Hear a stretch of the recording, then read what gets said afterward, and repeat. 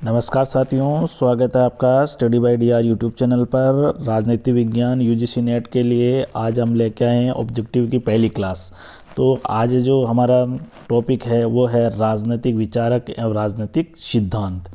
तो शुरुआत करते हैं आज के पहले प्रश्न से। उससे पहले साथियों, मैं इस बात चर्चा करना चाहता हूँ कि किस प्रकार आप यूजीसी नेट को फर्स्ट अटैम्प्ट में क्लियर करें। जिस प्रकार मैंने तो सेकंड अटैम्प्ट में क्लियर किया था साथियों, क्योंकि उस समय मेरे पास में वो सिलेबस का और इसके अलावा कई बातों का मुझे मालूम नहीं था, तो मैं नहीं कर पाया फर्स्ट अटैम्प्ट में। लेकिन सेकंड अटैम्प्ट में मुझे ये पता था कि क्या चीज़ पढ़नी है क्या नहीं पढ़नी है। मैंने कुछ पॉइंटों को छोड़ते हुए और मैंने ईजीवीए में भी मैं गवर्नमेंट जॉब करते हुए भी और शिक्षण कार्य करवाते हुए भी मैंने यूजीसी नेट को आसानी से क्लियर कर लिया था। तो हम वही बिंदु लेके आएंगे जो एग्ज़ाम की दृष्टि से महत्वपूर्ण है और हर बार एग्ज़ाम में पूछे जाते हैं, और उनमें से पूछा क्या जाता है उस पर हम चर्चा करेंगे। तो शुरुआत करते हैं आज की पहली क्लास से। आप अगर कंटिन्यू इस क्लास को आप देखते रहोगे तो मैं आपसे वादा करता हूँ कि आप 101% यूजीसी नेट फर्स्ट अटेम्प्ट में क्लियर कर लोगे, क्योंकि मैं वही क्लासें बनाऊंगा जो एग्ज़ाम की दृष्टि से महत्वपूर्ण है और हर बार कहीं ना कहीं उनसे प्रश्न बनते हैं। तो साथियों, शुरुआत करते हैं आज के पहले प्रश्न की। यूनानी दार्शनिकों ने न्याय के किस पहलू पर बल दिया? देखिए, जितने भी यूनान का जो एक इस प्रकार से हम बात करें कि यूनान के अंतर्गत सबसे पहले दार्शनिकों ने जो सोच विचार और जो चिंतन का कार्य वहीं से शुरू हुआ है। वहाँ यूनान के अंतर्गत हम बात करें तो सुकरात है, प्लेटो है, अरस्तु है। इस प्रकार से कहीं ऐसे महान जो राजनीति के जनक कहे जाते हैं, ऐसे विचारकों को जन्म देने वाला है यूनान। तो उन्होंने सबसे पहले जो न्याय के पहलू पे विचार वो मत दिया था साथियों, वो है नैतिक। तो उन्होंने किस पहलू पे दिया था? और इसके अलावा बात करें हम प्लेटो ने तो ये कहा था कि सद्गुण ही न्याय है, व्यक्ति का जो सद्गुण है वही न्याय है। इस प्रकार से हम चर्चा करते हैं। अब अगला प्रश्न है साथियों, दूसरा देखिए, सेकंड है, निम्नलिखित में से किसने लोकतंत्र को शासन के आदर्श रूप में स्वीकार नहीं किया? देखिए, ये डहेल है, सर्टोरी है, लिंकन है। इन्होंने तो लोकतंत्र को आदर्श रूप माना, लेकिन जो थॉमस होब्स है, तो थॉमस होब्स ने इसको आदर्श रूप नहीं माना, क्योंकि ये खुद राजतंत्र का इतना भयंकर समर्थक था साथियों कि इसने एक रचना की थी लेवियाथन, और लेवियाथन के अंतर्गत ये कह दिया है कि प्रजा को सारी शक्तियाँ निरंकुश और असीम संप्रभुता को दे देनी चाहिए। इस प्रकार से इन्होंने राजतंत्र का समर्थन किया, इसलिए इसका आंसर हो जाएगा होब्स। अगला देखिए, निम्नलिखित में से किसने राज्य को एक निश्चित भूभाग के राजनीतिक दृष्टि से संगठित लोक के रूप में परिभाषित किया है? देखिए, ये 11वीं की किताब है। 11वीं किताब का जो पहला ही आप चैप्टर खोलोगे राजनीतिक सिद्धांत, तो उसके अंतर्गत राज्य का विकास या राजनीतिक सिद्धांत का जो विकास है उस किस प्रकार हुआ है, तो उसके अंतर्गत ये परिभाषा लिखी हुई है। तो आप साथियों वहाँ से भी इसको पढ़ सकते हो। इसके अंतर्गत है कि बर्नसली है, उसने एक निश्चित भूभाग के राजनीतिक दृष्टि से संगठित लोग के रूप में राज्य की परिभाषा दी है, बर्नसली। लेकिन गार्डनर ने कहा साथियों कि जो राजनीति विज्ञान है उसका आरंभ और अंत राज्य से ही होता है। ये गार्डनर की बहुत ही फेमस परिभाषा है और बहुत ही शानदार कोटेशन है। तो अगला देखिए, निम्नलिखित में से राज्य के सावयवी सिद्धांत का प्रथम प्रतिपादक कौन था? यानी कि कौन जिसने कि देखिए, यहाँ पे इसको बायोलॉजिकल सिद्धांत भी हम कह सकते हैं या जैविक सिद्धांत भी कह सकते हैं। जिन्होंने राज्य को एक व्यक्ति के रूप में या ये किसी जीव के रूप में माना है, वो सभी जैविक सिद्धांत के समर्थक कहलाते हैं। तो इसमें से जो अरस्तु और प्लेटो थे, उन्होंने, ये तो पाश्चात्य जगत की बात कर रहा है, तो इसमें आंसर हो जाएगा प्लेटो। लेकिन जैसे अगर हम भारतीय विचारक की बात करते हैं, तो जैसे कौटिल्य है, तो कौटिल्य का जो सप्तांत सिद्धांत है वो भी सावयवी सिद्धांत के अंतर्गत आता है। इस प्रकार से हम इस सिद्धांत के प्रतिपादक का नाम बता सकते हैं। अगला देखिए,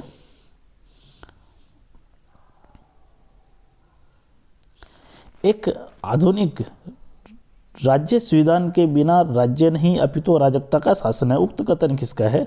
देखिए ये जो कथन है ये है जेलिनेक का। जेलिनेक ने राज्य को अगर वहाँ पे बिना संविधान का शासन है तो उसको अराजकता की संज्ञा दी थी। अगला देखिए, किसने कहा कि लोक कल्याणकारी राज्य एक और साम्यवाद तथा दूसरी ओर अनियंत्रित व्यक्तिवाद के मध्य समझौता है? देखिए ये कोटेशन बहुत पूछी जाती है, आपको कोटेशन का थोड़ा ध्यान रखना है। तो ये जो कोटेशन है ये होबमैन की है। किसकी है ये? होबमैन की है। और होबमैन की एक पुस्तक है द वेलफेयर स्टेट। क्या पुस्तक का नाम? वेलफेयर स्टेट, जिसके अंतर्गत वो कल्याणकारी राज्य की और साम्यवाद की वो चर्चा करते हैं। अगला देखिए, पुस्तक का नाम आप याद रख लीजिए, द वेलफेयर स्टेट। अगला देखिए, पुस्तकें भी बहुत सारी पूछी जाती है, बहुत सारी रचनाएं पूछी जाती है, मिलान में बहुत सारी रचनाएं आती है। हम रचनाओं के भी सारे प्रश्न लेके आएंगे साथियों, आप एंड तक हमारे साथ में बने रहिए। और ये आज जो पहली क्लास है ये राजनीतिक सिद्धांत और प्रमुख विचारक इस पे आधारित है। निम्नलिखित में से राज्य की उत्पत्ति का सर्वमान्य सिद्धांत है। देखिए राज्य की उत्पत्ति के कई सिद्धांत आए थे। शक्ति सिद्धांत है, देवीय सिद्धांत है, सामाजिक समझौता सिद्धांत है, विकासवादी सिद्धांत है, इसके अलावा आर्थिक विकास सिद्धांत है, बहुत सारे। जिस प्रकार से हम बात करें रिकार्डो, माल्थस और भी है जिन्होंने जो आर्थिक विकास का बात की थी। अब देखिए इसके अंतर्गत जो सर्वमान्य सिद्धांत है वो विकासवादी सिद्धांत है। कौन सा है? विकासवादी सिद्धांत। अब इसके अंतर्गत जो विकासवादी सिद्धांत है इसके अंतर्गत साथियों देखिए बहुत सारे इसके समर्थक हुए, लेकिन हम अगर सामाजिक समझौते की बात करते हैं तो इसके जो समर्थक है वो HLR, ये आप रट लीजिए। H का अर्थ होता होप्स, L का अर्थ लोक और R का अर्थ रूसो। इन्होंने सामाजिक समझौता सिद्धांत दिया था। अगला देखिए,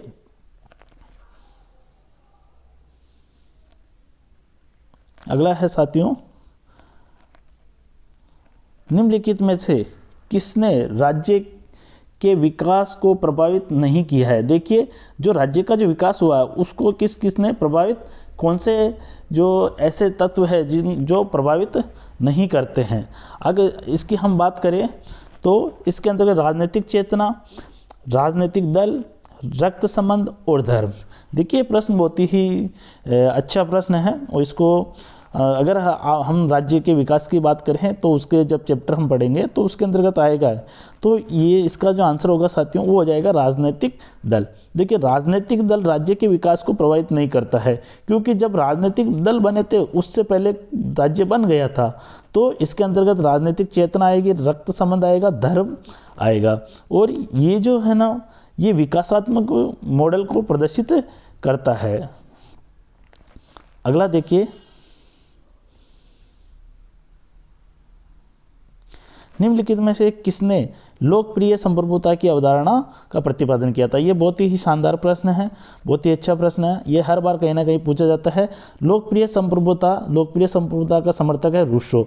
रूसो ने जो लोकप्रिय संप्रभुता का अर्थ होता है कि जो अंतिम और है ना सर्वोच्च शक्ति जनता को माना जाता है उसे लोकप्रिय संप्रभुता कहा जाता है।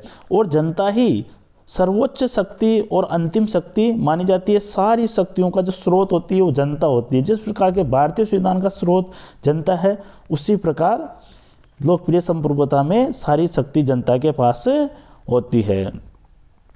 अगला देखिए, निम्नलिखित में से किसने बाह्य संप्रभुता व अवधारणा को विकसित किया? बाह्य संप्रभुता की अवधारणा को विकसित किया था। तो देखिए इसमें बाह्य संप्रभुता की अवधारणा को विकसित करने वाले हैं ग्रोशियस।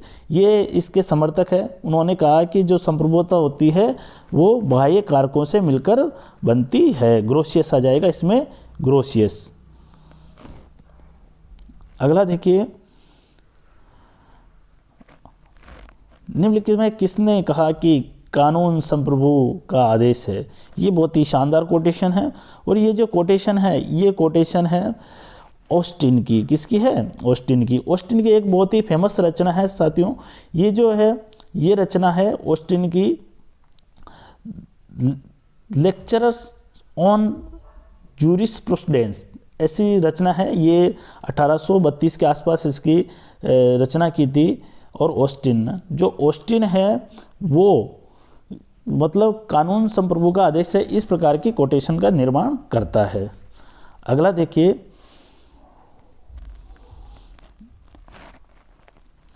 अगला प्रश्न है, संप्रभुता के एकत्ववादी सिद्धांत का प्रतिपादन किया। देखिए संप्रभुता के बहुत सारे सिद्धांत आए थे, बहुलवादी, एकवादी और देवीय संप्रभुता, इस प्रकार की संप्रभुता के कई सिद्धांत आए थे। तो इसमें से जो एकल संप्रभुता का सिद्धांत है वो ऑस्टिन का ही है। ऑस्टिन ने वही जो अभी मैंने बुक बताई थी कि द लेक्चरर्स ऑन जूरिस्प्रूडेंस, इसके अंतर्गत वो एकलवादी संप्रभुता पर विचार अपने प्रकट करते हैं और उसी अवधारणा को देते हैं। अगला देखिए,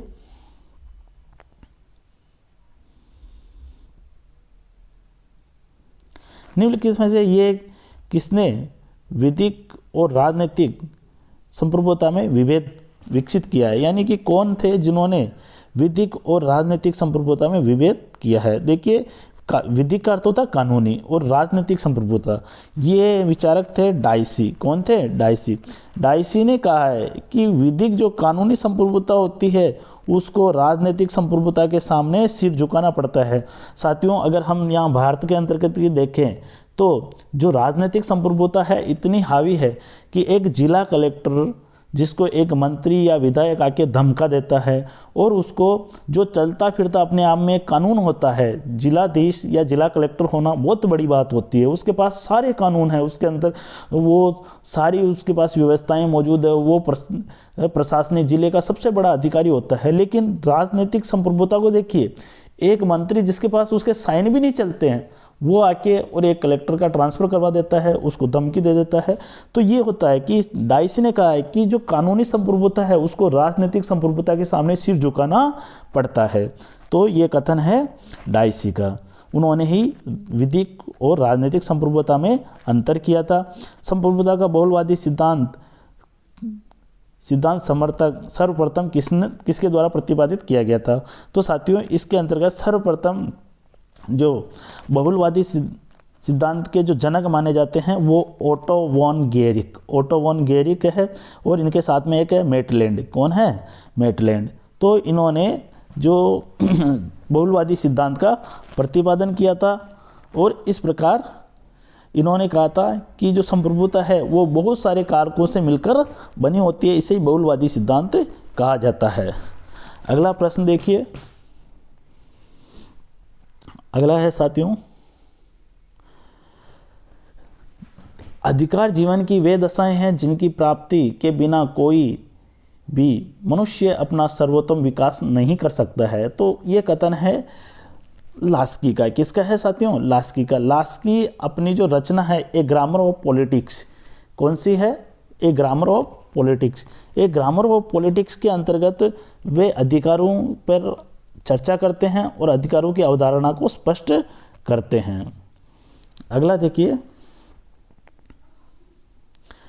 रूसो की सामान्य इच्छा।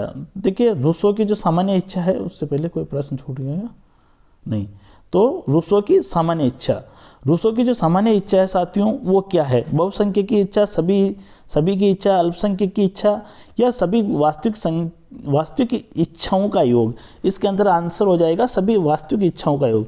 जो रूसो है, रूसो की सामान्य इच्छा, रूसो ने कहा था कि बहुत सारी इच्छाएं होती है, उनकी जो वास्तविक इच्छाएं होती है उनका जो योग होता है वही रूसो की सामान्य इच्छा है। और रूसो की सामान्य इच्छा को जो वाहन होते सीई वाहन ने कहा है कि रूसो की सामान्य इच्छा होब्स के लेवियाथन का, यानी कि बिना सिर वाला लेवियाथन है। ये किसने कहा था? सीवी वाहन ने कहा था। किसके बारे में कहा था? रूसो की सामान्य इच्छा के बारे में कहा था। अगला देखिए, वोट देने का अधिकार है। तो वोट देने का जो अधिकार है वो है राजनीतिक अधिकार है। कौन सा है? राजनीतिक अधिकार है। भारतीय संविधान का अनुच्छेद 325 कहता है कि कोई भी व्यक्ति को धर्म, जाति, लिंग, रंग, वर्ण और स्थान के आधार पर उसको वोट देने से उसको वंचित नहीं किया जा सकता है। ये कहता है संविधान का अनुच्छेद 325। 324 में पता है साथियों आपको, जो अपने ये क्या है, भारतीय निर्वाचन आयोग आता है, या निर्वाचन संबंधी जितने भी होते 300, भारतीय निर्वाचन आयोग की बात करें तो 324 के अंतर्गत उसका संगठन और संरचना आती है। 325 में ये बात लिखी हुई है। अगला देखिए, सूची फर्स्ट और सेकंड को हमें मिलाना है। जेएस मिल, देखिए जेएस मिल की बहुत ही शानदार रचना है ऑन लिबर्टी, स्वतंत्रता पर इनके जो विचार है वो बहुत ही शानदार है। फिर इसके बाद में टीएच ग्रीन, देखो टीएच ग्रीन की जो रचना है वो है lecturers on principle of political obligation, ये टीएच ग्रीन की रचना है। टीएच ग्रीन एक आदर्शवादी विचारक है। और लास्की, जो लास्की की रचना है साथियों अभी मैंने बताई थी, ग्रामर ऑफ पॉलिटिक्स।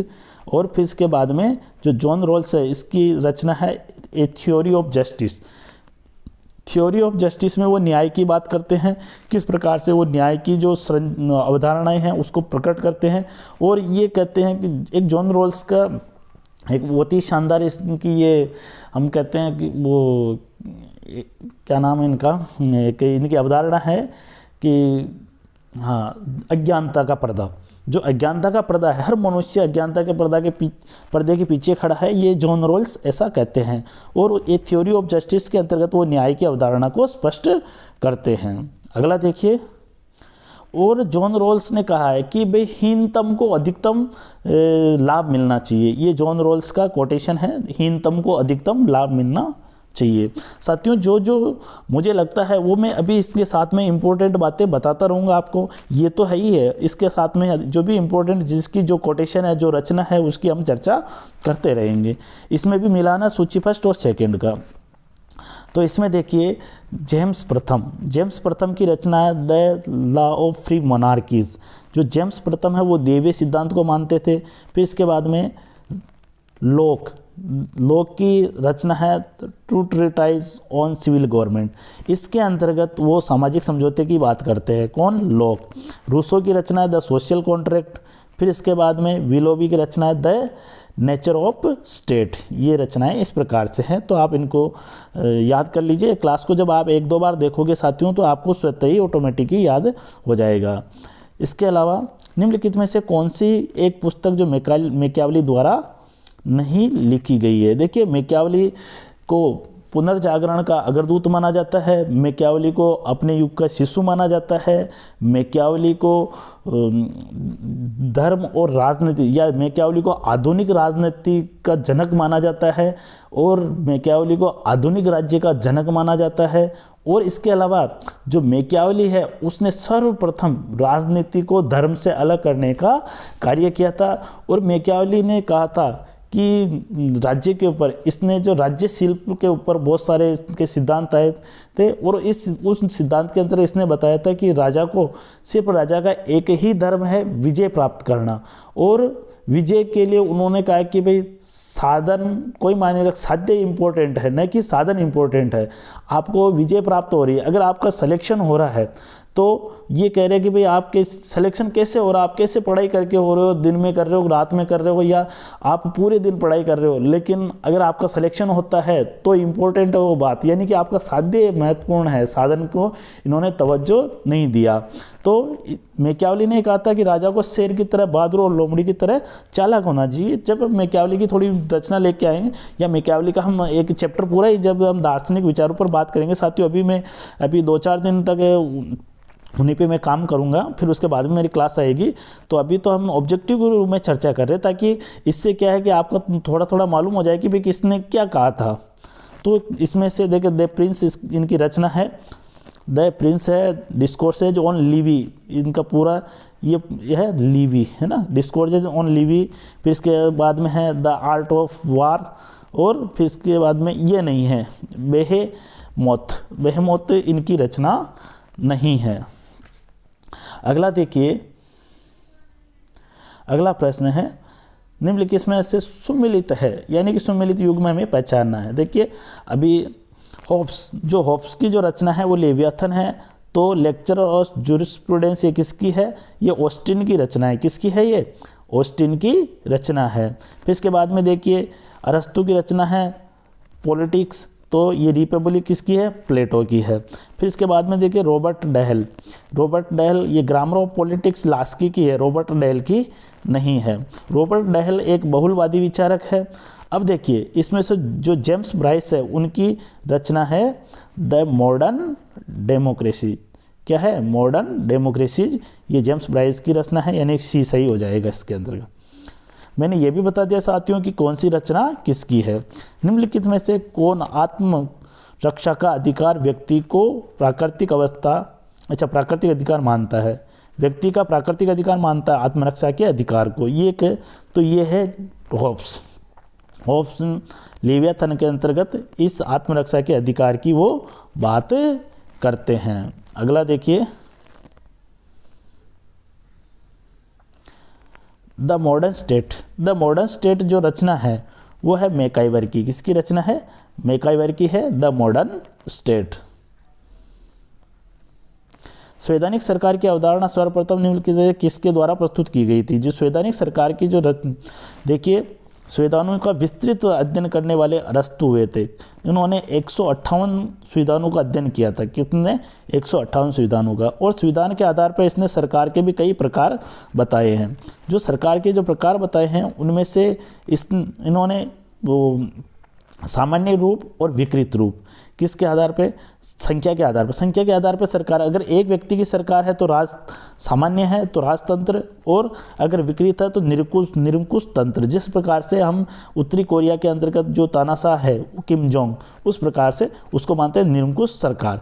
फिर अगर कुछ व्यक्तियों की सरकार है तो उसको या तो मानेंगे कुलीन तंत्र, और अगर उसका विकृत रूप है तो उसको मानेंगे हम धनिक तंत्र। और अगर ये कह रहा है कि भाई अगर और बहुत सारे लोगों का शासन है तो वो कहलाएगा लोकतंत्र। और ये कह रहा है कि एक लोकतंत्र तो शुद्ध रूप है यानी सामान्य रूप है, लेकिन विकृत हो जाता है तो उसको कहते हैं भीड़ तंत्र। क्या कहते हैं, भीड़ तंत्र। भीड़ तंत्र में साथियों क्या होता है कि उनको एक किसी विचारधारा को पकड़ा दिया जाता है और उस विचारधारा को पकड़ के और डोलते रहते हैं, घूमते रहते हैं, उनको किसी से कोई लेना देना नहीं है। जिस प्रकार से अगर हम बात करें तो हमारे भारत के अंदर भी एक विचारधारा बनती जा रही है धीरे धीरे। एक की विचारधारा है हिंदू खतरे में है, ये एक विचारधारा हो गई है। तो इस प्रकार से तो वो एक भीड़ तंत्र में बदलता जा रहा है। धीरे धीरे भारत की जो जनता है वो भीड़ में घुसती जा रही है। बस उनको एक विचारधारा पकड़ा दी है, हिंदू खतरे में है, बस ये है। तो ये कहाँ तक जायज़ है साथियों, तो आप ही इस पर विचार करें। अपना अगला प्रश्न है, सरकार का व्यवस्थित वर्गीकरण प्रस्तुत किया है। देखिए सरकार का व्यवस्थित वर्गीकरण अरस्तु ने प्रस्तुत किया है। अभी मैंने बता दिया था कौन सा राजतंत्र, इसके विपरीत होता है निरंकुश तंत्र। फिर बताया था मैंने कुलीन तंत्र, क्या बताया था, कुलीन तंत्र। फिर इसका धनिक तंत्र, क्या हो जाएगा, धनिक तंत्र। फिर बताया था लोकतंत्र, और लोकतंत्र का विपरीत होता है भीड़ तंत्र। क्या है, भीड़ तंत्र। इस प्रकार से हम अरस्तु ने 158 संविधानों का अध्ययन करके और सरकार का व्यवस्थित वर्गीकरण किया था। इसीलिए अरस्तु का राजनीति का जनक माना जाता है, इसीलिए इसी को राजनीति का जनक कहा जाता है। मनुष्य स्वतंत्र पैदा होता है परंतु वह सर्वत्र जंजीरों में या बेड़ियों में जकड़ा जाता है। तो उक्त कथन है साथियों, उक्त कथन है, बताइए किसका है ये है रूसो का। किसका है, रूसो का है। किसका है ये, रूसो का कथन है। अगला देखिए, एक और है, एक कथन और है साथियों कि दुनिया के मजदूरों एक हो जाओ, तुम्हारे पास खोने के लिए जंजीरों के अलावा कुछ नहीं है। जंजीरों का वो है कार्ल मार्क्स का। किसका है, कार्ल मार्क्स का है। अगला देखिए, जीन जैक रूसो, जे रूसो की सामान्य इच्छा की संकल्पना निम्नलिखित में से किस एक को स्वीकार करती है। देखिए रूसो लोकप्रिय संप्रभुता के बहुत बड़े समर्थक थे। किसके, लोकप्रिय संप्रभुता के। और लोकप्रिय संप्रभुता का मैंने बता दिया था साथियों कि जिसके अंतर्गत जनता सर्वोच्च और अंतिम शक्ति और स्रोत मानी जाती है वो लोकप्रिय संप्रभुता कहलाती है। जिस प्रकार की भारत के अंतर्गत लोकप्रिय संप्रभुता है। आपको ही पता है क्योंकि यहाँ जनता पर नाम मात्र का लोकप्रिय संप्रभुता है। यहाँ पे कुछ नहीं, जनता को पता ही नहीं चलता है कि क्या हो रहा है, और किसी भी एक बात को लेके हाँ हुल्ला कर देते हैं। अभी हाल ही में साथियों वो आया था, एक फिल्म आई थी पठान का बाइकाट कर रहे हैं। बाइकाट कर क्या कह रहे हैं कि भाई हम हमारे भगवा रंग को पहन लिया है। अरे भैया अब क्या भगवा रंग का क्या टेंडर थोड़ी छूट रहा है किसी, ये तो बातें हैं। क्या हो गया, कपड़ा पहनने पे ही ऑब्जेक्शन हो गया। ये तो बिल्कुल ही असहिष्णुता की हदें हो गई। साथियों अपन तो अपने यूजीसी नेट पे चर्चा करते हैं होप्स का समझौता सिद्धांत। तो होप्स का जो समझौता सिद्धांत है ये हुआ था, देखिए, लोगों और लेवियाथन के बीच, समाज और लेवियाथन के बीच, उन लोगों के बीच जो प्राकृतिक अवस्था में रह रहे थे, या नेतृत्व और लेवियाथन के बीच। बहुत ही शानदार इंपॉर्टेंट प्रश्न है। ये जो समझौता हुआ था साथियों, प्राकृत अवस्था में रह रहे लोगों के बीच में हुआ था। किसके बीच में हुआ था? प्राकृत अवस्था में रह रहे लोगों के बीच। लेवियाथन तो समझौते का भाग था ही नहीं। उन्होंने कहा कि वो तो समझौते में है ही नहीं। जो होप्स है उन्होंने कहा था कि जो लेवियाथन है वो सर्वोच्च शक्ति और निरंकुश शक्ति है, वो संप्रभुता है, वो समझौते में भाग नहीं ले रहा है, क्योंकि वो समझौते में भाग लेगा तो उसको भी समझौते का पालन करना पड़ेगा, ऐसा होप्स ने कहा था। तो प्राकृत अवस्था में रह रहे लोगों के बीच होता है। अगला देखिए, the city of God. The city of God जो रचना है वो सेंट एगस्टाइन की रचना है। किसकी रचना है? सेंट एगस्टाइन की रचना है। अगला देखिए, द प्रिंस पुस्तक के रचनाकार है। द प्रिंस पुस्तक के साथियों आपको ही पता है प्रिंस के रचनाकार है मैकियावली।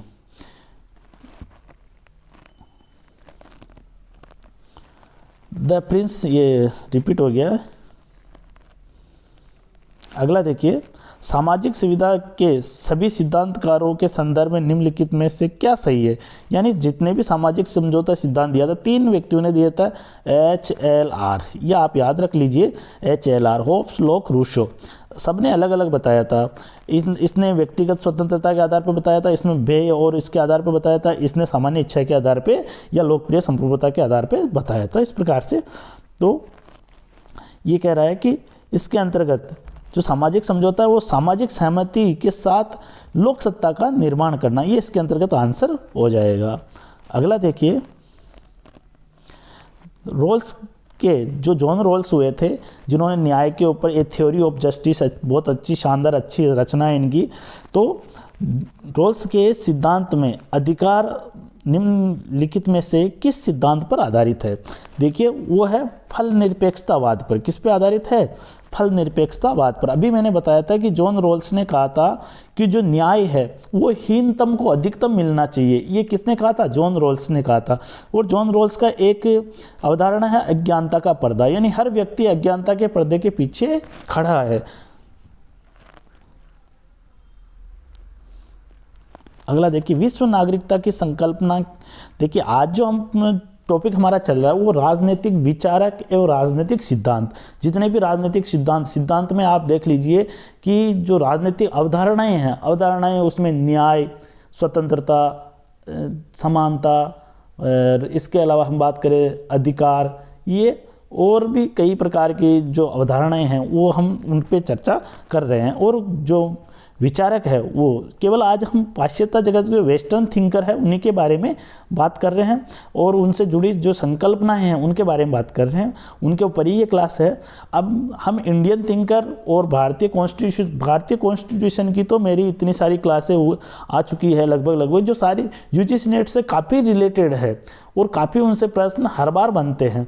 तो वही है। फिर भी इसके अलावा मैं और भी जो राजनीतिक विचारक है उनकी मेरी क्लास से नहीं आई है। जैसे कि हम बात करें मनु कौटिल्य, फिर इसके बाद में अगर हम बात करें तो जैसे कि बर्नी है, और महात्मा गांधी है, अम्बेडकर है, जवाहरलाल नेहरू है, जयप्रकाश नारायण है, डॉक्टर राम मनोहर लोहिया है, और जैसे दादा भाई नौरोजी है। ये इनके जो विचारक हैं इनकी भी हमारी क्लास आएगी। ये विश्व नागरिकता की संकल्पना के द्वारा निम्नलिखित में से कौन सा एक सुझाव दिया गया है? तो देखिए, विश्व नागरिकता के संबंध में जो एक सुझाव दिया गया है वो है साथियों, इसके अंतर्गत तो इसमें विश्व नागरिकता का अर्थ होता है कि पूरे विश्व की एक ही नागरिकता, और एक ही नागरिकता को कहते हैं एकल नागरिकता। क्या कहते हैं? एकल नागरिकता। तो इसमें आंसर हो जाएगा डी, आंसर हो जाएगा, यानी कि विश्व में एकल नागरिकता।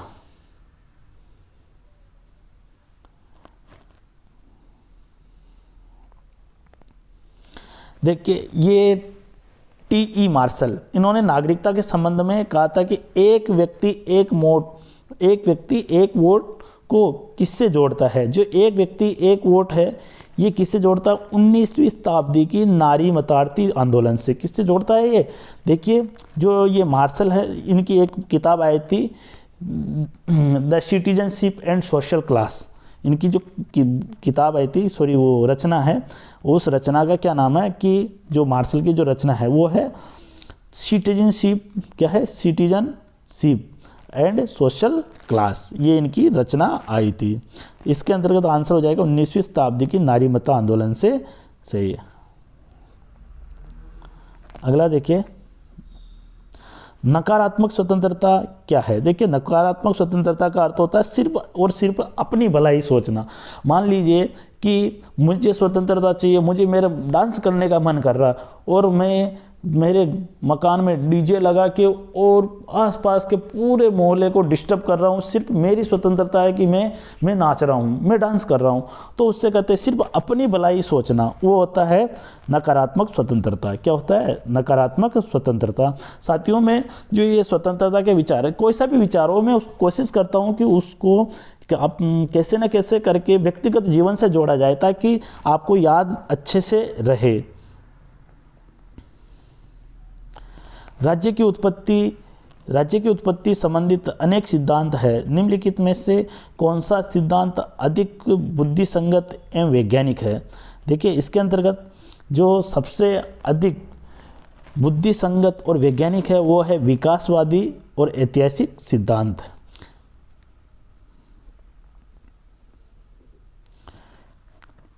गार्डनर, देखिए गार्डनर की जो कोटेशन आई थी वो गार्डनर ने राज्य के बारे में कहा था, राजनीति के बारे में। राजनीति विज्ञान का आरंभ और अंत राज्य पर ही होता है, ये गार्डनर का विचार था। और गार्डनर ने राज्य के 4 तत्व बताए थे। उन 4 तत्व में से देखिए कौन सा नहीं पूछा है, क्या है, कौन सा नहीं है? तो जनसंख्या है, संप्रभुता है, भूभाग है और यहाँ पे मानव अधिकार। देखिए मानव अधिकार नहीं है और यहाँ पे क्या है? सरकार है। क्या है? सरकार है। 4 सीधे। अगला देखिए, निम्नलिखित में से कौन सा राजनीति विज्ञान में अध्ययन का परंपरागत उपागम है? देखिए परंपरागत का अर्थ होता पुराना, जो पुराना उपागम है। देखो व्यवहारवादी तो अभी आधुनिक है और संगठनात्मक एवं कार्यात्मक, यानी कि इसको हम कह सकते हैं संरचनात्मक, कार्यात्मक और व्यवस्थावादी, सिस्टमेटिक, यानी तो ये तो सब अभी आधुनिक विचार है। जो केवल संगठनात्मक विचार है, ये उपागम है, ये ही परंपरागत उपागम है। राजनीति विज्ञान का पिता किसे कहते हैं? देखिए साथियों इसमें तो सोचने की ज़रूरत थी। हम यूजीसी नेट का पेपर दे रहे हो तो राजनीति का संबंध समाज में मूल्यों के आधिकारिक आवंटन से है, ये किसने कहा है? देखिए इसके अंदर ऑप्शन है Harold Lasswell, Robert Dahl, Harold Laski, तो इस और इनमें से कोई नहीं। ये जो संबंध है ये संबंध है आधिकारिक मूल्य के आधिकारिक आवंटन का डेविड स्टेन से। किससे हैं? डेविड स्टेन से हैं। डेविड स्टेन से इनका संबंध है, तो इनमें से कोई नहीं, इसका आंसर हो जाएगा। व्यवहारवाद का ये प्रश्न है साथियों, क्योंकि हम कॉन्सेप्ट जब कह रहे कि अवधारणाएं हम इसका साथ में लेके चल रहे तो व्यवहारवाद भी इसमें आई। लेकिन व्यवहारवाद, उत्तर व्यवहारवाद, इन पे हम अलग क्लास, पूरी क्लास अलग लेके आएंगे। संप्रभुता राज्य द्वारा आदेश देने वाली निरंकुश एवं शाश्वत शक्ति है। ये प्रजा और नागरिकों पर विधि यानी कि कानून द्वारा अनियंत्रित सर्वोच्च शक्ति है। संप्रभुता की परिभाषा निम्नलिखित में से किसके विचारों से मेल खाती है? वह कौन है? यह है जीन बोधा। कौन है? जीन बोधा। जो जीन बोधा है, इन्होंने ही संप्रभुता को सर्वोच्च और निरंकुश शक्ति बताया है। किसने बताया है? जीन बोधा ने। और संप्रभुता पे सबसे पहले विचार देने वाले भी जीन बोधाई थे। जब तक राज्य है स्वतंत्रता नहीं है, जहाँ स्वतंत्रता है वहाँ राज्य नहीं है, राज्य नहीं होगा। फिर देखिए स्टेट एंड रिवॉल्यूशन पुस्तक का लेखक कौन है, जिसमें उपरोक्त उदाहरण लिया गया है, जिसमें से ये उदाहरण लिया गया है। देखिए ये स्टेट एंड रिवॉल्यूशन 1917 में आई थी। ये आई थी V.I. लेनिन, किसकी रचना है ये, लेनिन की। कब आई थी, 1917 में। और 1917 में ही साम्यवादी क्रांति हुई थी, रूस की क्रांति हुई थी। अगला देखिए, ये किसने कहा है कि पदार्थ मस्तिष्क की उपज नहीं है, बल्कि मस्तिष्क स्वयं पदार्थ की उपज है, पदार्थ की उच्चतम उपज है। ये कथन है। देखिए साथियों, ये है, ये सिद्धांत है द्वंद्वात्मक भौतिकवाद। आपको याद आ गया होगा, द्वंद्वात्मक भौतिकवाद है कार्ल मार्क्स का। किसका है, कार्ल मार्क्स का। द्वंद्वात्मक भौतिकवाद के अंतर्गत ये बात कही गई है। और उसके अंतर्गत ये कहा गया है कि जो सारे जो विचार है मस्तिष्क से, वो पदार्थ से बना हुआ है। देखिए मैं इसको सिद्ध करता हूँ किस प्रकार से, कि मान लीजिए आप रास्ते में चल रहे हो कहीं पे भी, और आपको कोई ऐसी वस्तु दिखाई दे। मान लीजिए एक मिठाई की दुकान आई और आपको गुलाब जामुन दिखे। गुलाब जामुन क्या है, पदार्थ है। पदार्थ को देखते ही आपके मस्तिष्क में विचार आया, क्यों ना इसको खा लिया जाए। तो पदार्थ को देख के आपके मन में विचार बन रहे हैं। तो ये कहा है किसने, कार्ल मार्क्स ने। उसने कहा है कि भाई सारे विचारों की जड़ पदार्थ है। एक और छोटा सा उदाहरण प्रस्तुत करता हूँ आपके सामने। आप रास्ते में जा रहे हो, आपने एक सुंदर रचना देखी, और उस सुंदर रचना को देखते आपके मन में आपने पदार्थ को देखा है, विचारों को नहीं देखा है। अभी तो केवल आपने एक सुंदर, मान लीजिए व्यक्ति को देखा है। अब व्यक्ति में कोई भी हो सकता है, मैं व्यक्ति की बात कर रहा हूँ, नहीं किसी में जेंडरशिप की बात कर रहा हूँ, भाई वो ही है कि सी है। लेकिन आपने उसको देखा, और देखते ही आपके मन में तरह तरह के विचार आए, और है ना, आप विचारों में विचार में ही पदार्थ का आप इस प्रकार से, आप पदार्थ को, विचारों का निर्माण इस प्रकार से किया आपने कि आपने पता नहीं उस व्यक्ति को आप कहाँ तक ले गए। आप, हो सकता है आपने उसको विचारों में ही जीवन साथी बना लिया हो, और आप उसके साथ में जीवन गुजारने लग गए हो। ये होता है पदार्थ को देख के विचार का निर्माण होना। ये कहा था किसने, कार्ल मार्क्स ने। उसने कहा कि भाई सारे जो विचार है वो पदार्थ से ही जन्म लेते हैं। तो साथियों, इस प्रकार से मैंने समझाने का प्रयास किया था कि किस प्रकार से कार्ल मार्क्स ने द्वंद्वात्मक भौतिकवाद की रचना की थी। अगला देखिए, ये किसने कहा कि मजदूरों के लिए खोने को कुछ भी नहीं है, बल्कि उनकी जंजीरें ही टूटेगी। विजय हेतु उनका संसार है, और पूरा विजय अगर हो गए तो संसार है, और दुनिया के मजदूरों एक हो जाओ। ये दुनिया के मजदूर एक हो जाओ, बहुत ही शानदार और बहुत ही फेमस कोटेशन है कार्ल मार्क्स की। किसकी है, कार्ल मार्क्स की, जो दास कैपिटल है उसके अंतर्गत इन्होंने ये रचना की है। अगला देखिए, ए ग्रामर ऑफ पॉलिटिक्स किसकी रचना है, a grammar of politics Harold Laski की रचना है।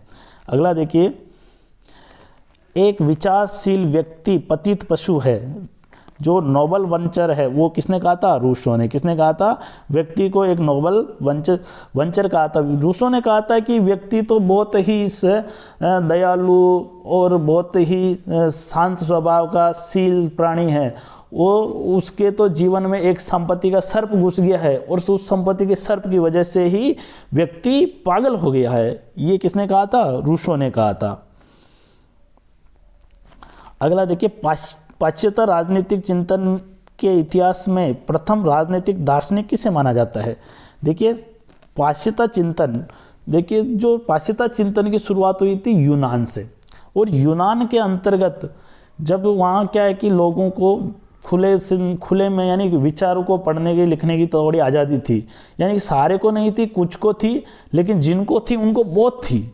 और यहाँ तक कि अरस्तु ने तो ये कहा था कि अगर जो व्यक्ति बौद्धिक कार्य कर रहा है उसको नौकर की यानी कि दास की जरूरत है, और उसने प्राकृतिक दासता को लीगल ठहरा दिया और उसने कह दिया कि भी दासता जरूरी है। अगर कोई आदमी बौद्धिक कार्य कर रहा है तो उसको अवकाश की जरूरत है, और अवकाश के लिए उसके पास में दास होना जरूरी है, जो उसके लिए खाना बनाए, उसके कपड़े धो। इस प्रकार से उसने दासता का समर्थन किया था। तो उनसे पहले ही अरस्तु से पहले प्लेटो, प्लेटो से पहले सुकरात। देखिए ये कि इनकी पीढ़ी चलती है गुरु शिष्य की, SPA। देखिए उसके अंतर्गत सुकरात, प्लेटो और अरस्तु, ये तीनों ही एक ही रोमन साम्राज्य में पैदा हुए, और इन्होंने तीनों ने ही राजनीति में एक अगाध और एक अमिट छाप छोड़ दी है। तो इसके अंतर्गत सर्वप्रथम पूछा है, तो सर्वप्रथम आ जाएगा साथियों सुकरात। कौन आ जाएगा? सुकरात। देखो सुकरात तो सुकरात है, उस सुकरात ने कहा था कि मैं कुछ नहीं जानता हूँ। क्या कहा उसने? कि मैं कुछ नहीं जानता हूँ इसलिए सब कुछ जानता हूँ। मैं कुछ नहीं जानता हूँ इसलिए सब कुछ जानता हूँ। और उसने कहा है कि भाई अगर हर व्यक्ति को न्याय का पालन करना चाहिए, यानी कि अपने कर्तव्य का पालन करना चाहिए, और अपने कर्तव्य का पालन करना ही न्याय है। ऐसा ही प्लेटो ने कहा था, क्योंकि सुकरात के कुछ विचार है वो प्लेटो ने लिए थे, तो प्लेटो ने भी यही कहा था कि व्यक्ति को अपने कर्तव्य का पालन करना ही न्याय है। जिस प्रकार से उसने भाई वर्गीकरण किया था कि भाई सैनिक वर्ग को सेना का काम करना है, राजा को, एक दार्शनिक को राजा का काम करना है, और उत्पादक वर्ग को उत्पादन का काम करना। प्लेटो ने जो साम्यवाद दिया था, पत्नियों का साम्यवाद और संपत्ति का साम्यवाद, तो उसके अंतर्गत इस प्रकार से उसने न्याय की समीक्षा की थी। अब इसके अंतर्गत ये ऑप्शन हो जाएगा सुकरात। अगला प्रश्न देखिए साथियों, निम्नलिखित में कौन सी पुस्तक कार्ल मार्क्स की नहीं है? तो कार्ल मार्क्स की पुस्तक नहीं है। देखो द पोलिटी ऑफ फिलोसफी है, दास कैपिटल है, the critic of political economy है। देखो स्टेट एंड रिवोल्यूशन किसकी रचना है? लेनिन की है, और लेनिन ने कब की थी? 1917 में इसकी रचना की थी। अगला देखिए साथियों, राजनीति सामाजिक जीवन का वह भाग है, सामाजिक विज्ञान का राजनीति सामाजिक विज्ञान का वह भाग है जिसमें राज्य के आधार तथा सरकार के सिद्धांत का विचार किया जाता है। देखिए जो राजनीति को समाज विज्ञान मानने वाले जो विचारक है वो है पॉल जेनेट। कौन है? Paul Janet. कौन है? Paul Janet. पॉल जेनेट राजनीति को समाज विज्ञान या सामाजिक विज्ञान मानते हैं। अगला देखिए, तो साथियों आज ये 50 प्रश्नों की जो क्लास है यहीं पे समाप्त होती है, और ऐसी ही क्लास आती रहेगी। अभी तो इसका ये भाग फर्स्ट आया है, कम से कम इसके 10 भाग लगे आएंगे, राजनीतिक विचारक एवं राजनीतिक सिद्धांत, जिसमें आपके सभी जो विचारक है और सभी सिद्धांत है, चाहे वो स्वतंत्रता हो, न्याय हो, अधिकार हो और समानता हो, कोई जितने भी संकल्पनाएं हैं वो सारी संकल्पनाओं को हम लेके चलेंगे। तो आज की क्लास यहीं समाप्त होती है। आप हमारे साथ बने रहिए, और आपने चैनल को सब्सक्राइब नहीं किया तो चैनल को सब्सक्राइब करें, वीडियो को लाइक करें। धन्यवाद। जय हिंद, जय भारत।